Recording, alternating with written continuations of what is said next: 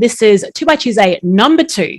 The question we're exploring today is, when should you communicate an upcoming change?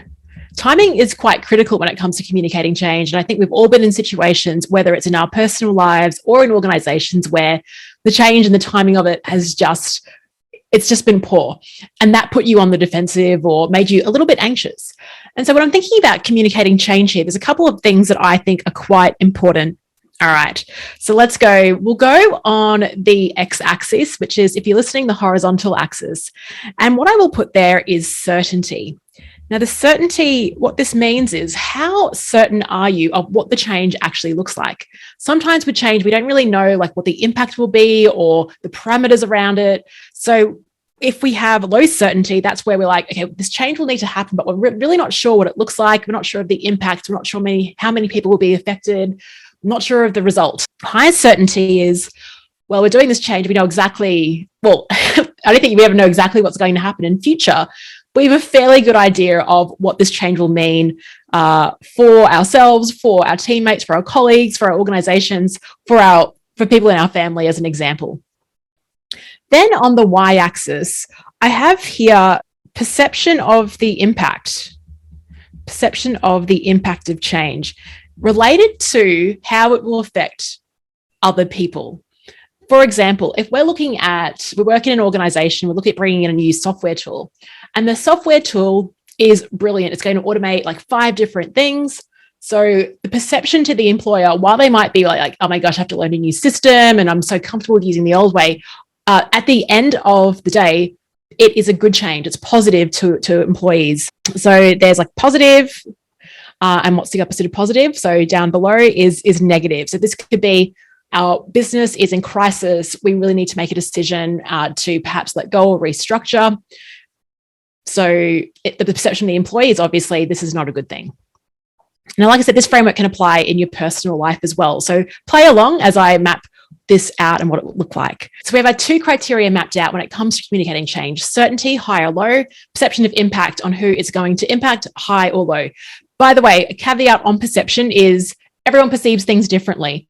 We're looking at what would the general feeling be. And I think if we're looking at those 2 discrete ends, if you're restructuring and people are losing jobs, that is negative, like collectively. If it's something that's really positive, you're going to new markets, you're acquiring another company, there's expansion and growth, that's a positive thing. Top right, we'll kick off with, if the change is perceived, you think this is going to be a great benefit to the people that it impacts, and we have certainty around it. We have certainty around timeframes and what it will look like, what it will mean. Then I reckon you got to shout it from the rooftops. So make a big deal. Shout from the roof, celebrate, have things like a launch party, like get people involved, because it's positive and there's certainty and support around it. Let's then go to the bottom left. We'll go to the direct opposite here.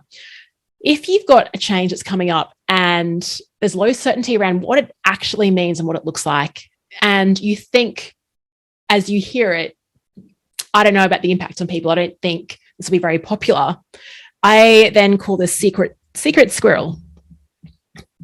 So you do want to keep it to a core group of people.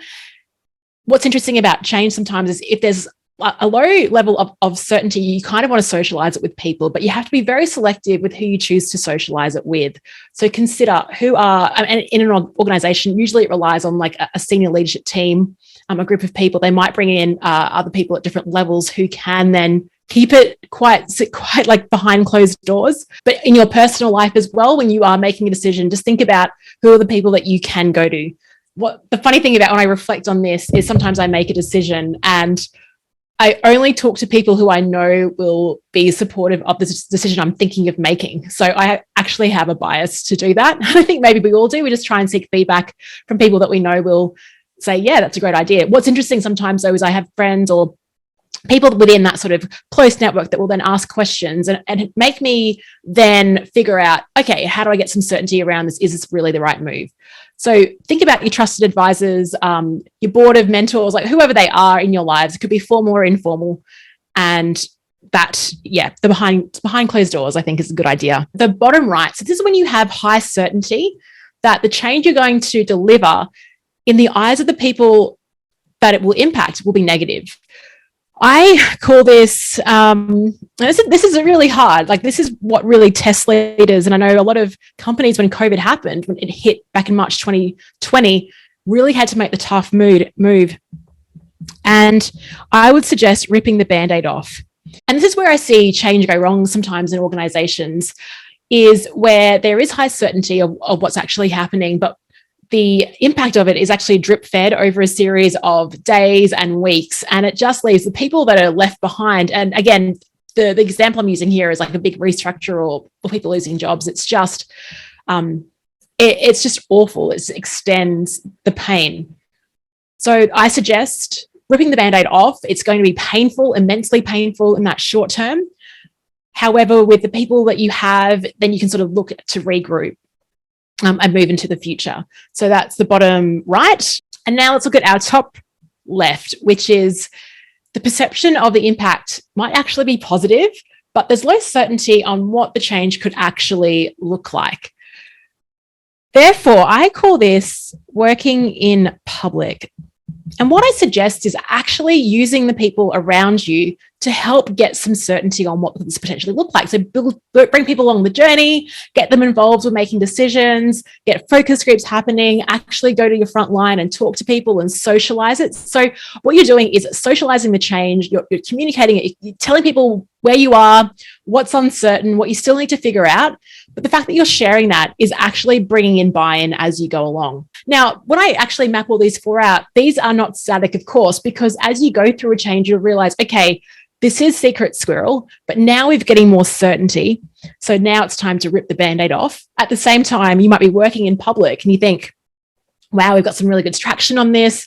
This is great. Now we're going to put like a stake in the ground and we're going to start shouting it from the rooftop and celebrate the fact that we've actually worked together collectively to create this moment. And that is today's 2 by Tuesday number 2.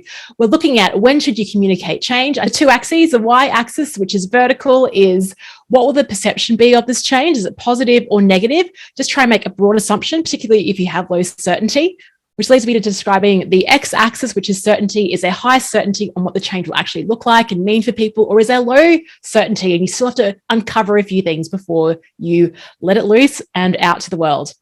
Thanks so much for playing along and look forward to bringing you 2 by Tuesday next week.